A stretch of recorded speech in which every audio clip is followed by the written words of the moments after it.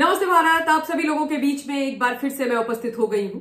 तो सबसे पहले मेरा वही निवेदन कि प्लीज आप सब लोग इस वीडियो को लाइक कीजिएगा, अंत तक देखिएगा, शेयर कीजिएगा और साथ के साथ मेरे यानी आपके अपने चैनल ममता पेन्यूली काले उवाच को सब्सक्राइब करते हुए बेल आइकन को प्लीज जरूर हिट कर दीजिएगा, ताकि जब भी मैं लाइव आऊं, कोई रील या वीडियो अपलोड करूं तो उसकी नोटिफिकेशन आप सभी लोगों को मिल जाए।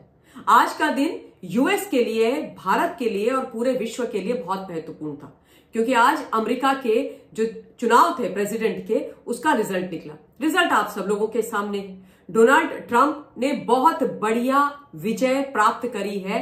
वो यूएस के अंदर दूसरे रिपब्लिक पार्टी के कैंडिडेट बन गए जो दोबारा से वहां पर प्रेसिडेंट बने 20 साल के बाद। तो बहुत बड़ी विक्ट्री है। और ये जो चुनाव था उनके लिए, ये बिल्कुल केक वॉक नहीं था। 3 उनके ऊपर हमले हुए, 2 एकदम असैसिनेशन टाइप हमले थे। उसके अलावा बहुत अनाप शनाप प्रकार की उनसे बात की गई।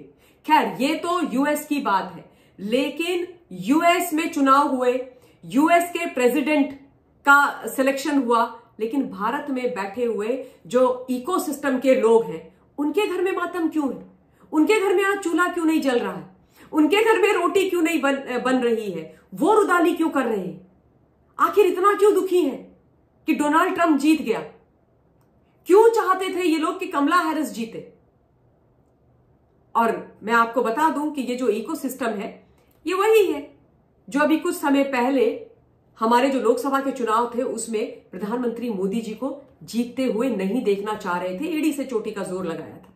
लेकिन सत्य जिनके साथ है, कर्म जिनका अच्छा है, निष्ठावान जो लोग हैं, देश के प्रति जो समर्पित है, देश की जनता जिनके साथ है, उनको इकोसिस्टम टूलकिट गैंग जीतने से कैसे रोक सकता है? तो प्रधानमंत्री मोदी जी ने तो पूरे विश्व के अंदर इतिहास बना दिया। तीसरी बार बैक टू बैक वो इस देश के प्राइम मिनिस्टर बन गए। लेकिन जो मिस्टर ट्रंप है, मिस्टर प्रेसिडेंट है, उनके जीतने के भारत के लिए क्या मायने हैं और विश्व में क्या फायदा होने वाला है, वो मैं आप लोगों को जल्दी से बताने वाली हूं। और इकोसिस्टम क्यों दुखी है, वो भी आप जल्दी से झट से समझ लीजिए। आज मुझे तो बहुत मजा आया। मैंने तो एक के बाद एक खूब सारे बढ़िया बढ़िया पूरा दिन ट्वीट किए। मुझे नहीं पता कि आप लोगों ने मेरा जो पूरा ट्विटर एक्स हैंडल है वो देखा कि नहीं देखा, बट मैंने तो वो भी कमला हैरिस का पुराना वाला था ना, वी डिड इट जो वी डिड इट, तो मैंने उसको भी थोड़ा सा ट्वीट करके कि you did it Trump, you did it and you are going to be the 47th president of United States of America भी डाल दिया था। खैर, अब मैं आपको ये बता दूं कि जो बातें प्रधानमंत्री मोदी जी करते हैं विश्व शांति की, वही बातें मिस्टर ट्रंप भी करते हैं। यानी कि शांति के प्रति, सौहार्द के प्रति, उन्नति के प्रति दोनों की सोच, दोनों का जो कमिटमेंट है वो एक है। और इसीलिए आज जब प्रधानमंत्री मोदी जी ने डोनाल्ड ट्रंप साहब को बधाई भी दी, वो भी उन्होंने अपने दोस्त को बधाई दी। Heartiest congratulations my friend Donald Trump on your historic election victory, ये उन्होंने लिखा। मैं पूरा ट्वीट उनका नहीं पढ़ूंगी, आई एम श्योर आप लोगों ने देख ही लिया होगा। लेकिन उन्होंने एक महत्वपूर्ण चीज बोली है कि अब हम अपने इस रिश्ते को, यानी भारत और यूएस का जो रिश्ता है, उसको आगे रिन्यू करके लेकर के जाएंगे। रिन्यू शब्द को ध्यान में रखिए, यानी जो चीजें चल रही हैं प्रीवियस गवर्नमेंट के साथ में, वो नहीं, रिन्यू करके। उन्होंने ये भी बोला है कि let's work for the betterment of our people and to promote global peace, stability and prosperity. प्रधानमंत्री मोदी जी का वो वक्तव्य आई एम श्योर आप सब लोगों को याद होगा कि युद्ध का नहीं, ये बुद्ध का समय है, यानी शांति का, पीस, प्रॉस्पेरिटी और अच्छाई का ये समय है, स्टेबिलिटी का ये समय है। और मिस्टर ट्रंप ने भी अपने भाषण में यही बोला, उन्होंने भी ये बात बोली, विश्व शांति वाली। और देखिए, बिजनेस मैन वो है, अपने देश के लिए वो ऑब्वियसली अच्छी डील्स लाएंगे और वो हर प्रेसिडेंट या प्राइम मिनिस्टर को करना ही चाहिए। पर मैं आपको आज ये बता दूं कि कमला हैरिस के हारने से जितना दुखी बराक ओबामा नहीं, जितना हिलेरी क्लिंटन नहीं, जितना डीप स्टेट यूएस में नहीं, उससे ज्यादा यहां भारत के अंदर बैठा हुआ पूरा जो टूल किट गैंग है वो है। क्योंकि अब मिस्टर ट्रंप के जीतने के बाद यूएस की भूमि से भारत के इकोसिस्टम को जो बहुत ताकत मिल रही थी ना, वो सारी खत्म हो जाएगी। जो सप्लाई आ रही थी विभिन्न तरीके के, यहां पर कई भारत विरोधी गतिविधियां करवाने के लिए उन पर अंकुश लगेगा। ये आप ये मान लीजिए कि ये होने ही वाला है। ये जो इकोसिस्टम है उनकी जड़ में मट्ठा पड़ चुका है, उनकी जड़ बिल्कुल कट चुकी है, उनका लगाम लग चुका है। जॉर्ज सोरोस गैंग जो है वो हिला पड़ा है। जो सोरोस गैंग है, जो गलत एक्टिविटीज भारत के खिलाफ करवाने के लिए खूब फंडिंग किया करते थे, वो सब आज बिल्कुल सदमे में जा चुके हैं।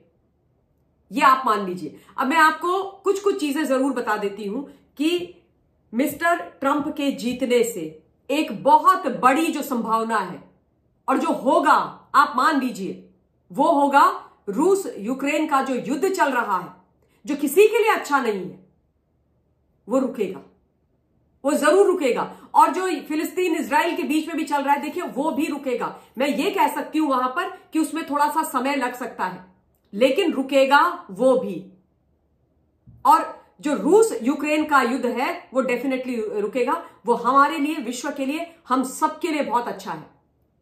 और जिस चीज का डायरेक्ट भारत से कनेक्शन है वो है खालिस्तानी एलिमेंट कनाडा में बैठे हुए, पन्नू यूएस पे बैठा हुआ। मोदी जी और मिस्टर ट्रंप के साथ से कनाडा जिस प्रकार की एक्टिविटीज कर रहा है, खालिस्तानियों को प्रमोट कर रहे हैं, जिस प्रकार हिंदुओं पर, हिंदू महासभा पर, हिंदुओं के मंदिरों पर वहां पर अटैक हो रहे हैं, वो सारी चीजें आप लिख लीजिए, रुकेंगी। और जितना भी ये खालिस्तानी एलिमेंट है, ये जो हौसले बढ़े हुए थे पन्नू के, ये सब पर लगाम लगेगी। मतलब भारत के खिलाफ जो झूठा नैरेटिव, फेक नैरेटिव भारत को बदनाम करने के लिए, भारत को रोकने के लिए लगातार चलाया जा रहा था, कनाडा वगैरह वगैरह सब जगह से, उस पर 100% रोक लगेगी। चाइना, जिसको बिल्कुल मोदी जी ने ऐसे पकड़ के बिठा दिया है, गुद्दी पकड़ के कहते हैं ना, गुद्दी पकड़ के मोदी जी ने उसको एकदम बिठा दिया है। अब उसकी गुद्दी पर मोदी जी के साथ साथ एक और हाथ आने वाला है। चाइना और कंट्रोल में रहेगा। वैसे तो चाइना के लिए मोदी जी काफी, लेकिन एक और एक दो नहीं होते हैं मेरे हिसाब से। जब इस प्रकार की चीजें कंट्रोल करनी होती है, एक और एक 11 होते हैं।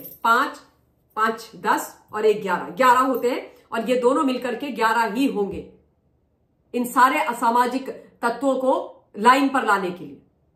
तो ये डायरेक्ट बेनिफिट है भारत के लिए। और क्योंकि यहां पर बैठा हुआ एक इकोसिस्टम है जो नहीं चाहता कि भारत के अंदर शांति रहे, भारत के अंदर फालतू के बकवास वाले रीजंस में इधर उधर बैठ करके क्या कहते हैं, जो ये प्रोटेस्ट के नाम पर, धरने प्रदर्शन के नाम पर अनरेस्ट चलता रहता है, वो चलता रहे, वो रुके ना। उनको तो दुख होगा ही ना। वो तो चाहते थे कि कमला जीते। और एक चीज है, अगर कमला हैरिस जीतती तो वो भी रिमोट कंट्रोल्ड प्रेसिडेंट होती। बिल्कुल वहां पर सोनिया गांधी जी और मनमोहन सिंह जी रिपीट होते। सोनिया गांधी जी होते बराक ओबामा, रिमोट उनके हाथ में होता, और मनमोहन सिंह जी होती मैडम कमला हैरिस, रिमोट से कंट्रोल हो रही होती 100%।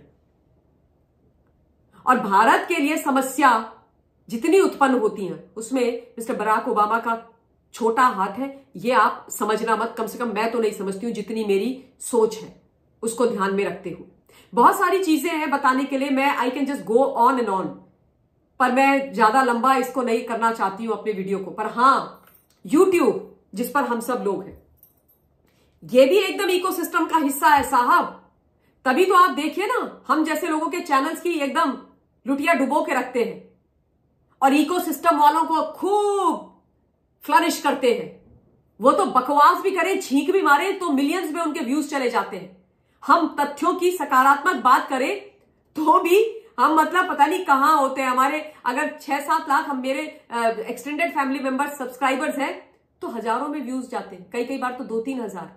इनकी भी लगाम कसी जाएगी, और कसनी जरूरी है। इनकी भी गुद्दी पकड़नी जरूरी है, इनकी भी कमर तोड़नी जरूरी।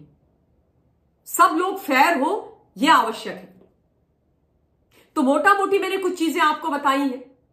बहुत सारी चीजें हैं, मन तो कर रहा है कि बहुत लंबा इस वीडियो को कर दूं, पर आई नो कि लंबे वीडियोस आप लोगों को भी पसंद नहीं आते हैं। तो अभी इस वीडियो के लिए इतना ही, फिर आप लोगों के बीच में उपस्थित होंगी। Till then, take care of yourself. जय हिंद, वंदे मातरम, एंड थैंक यू।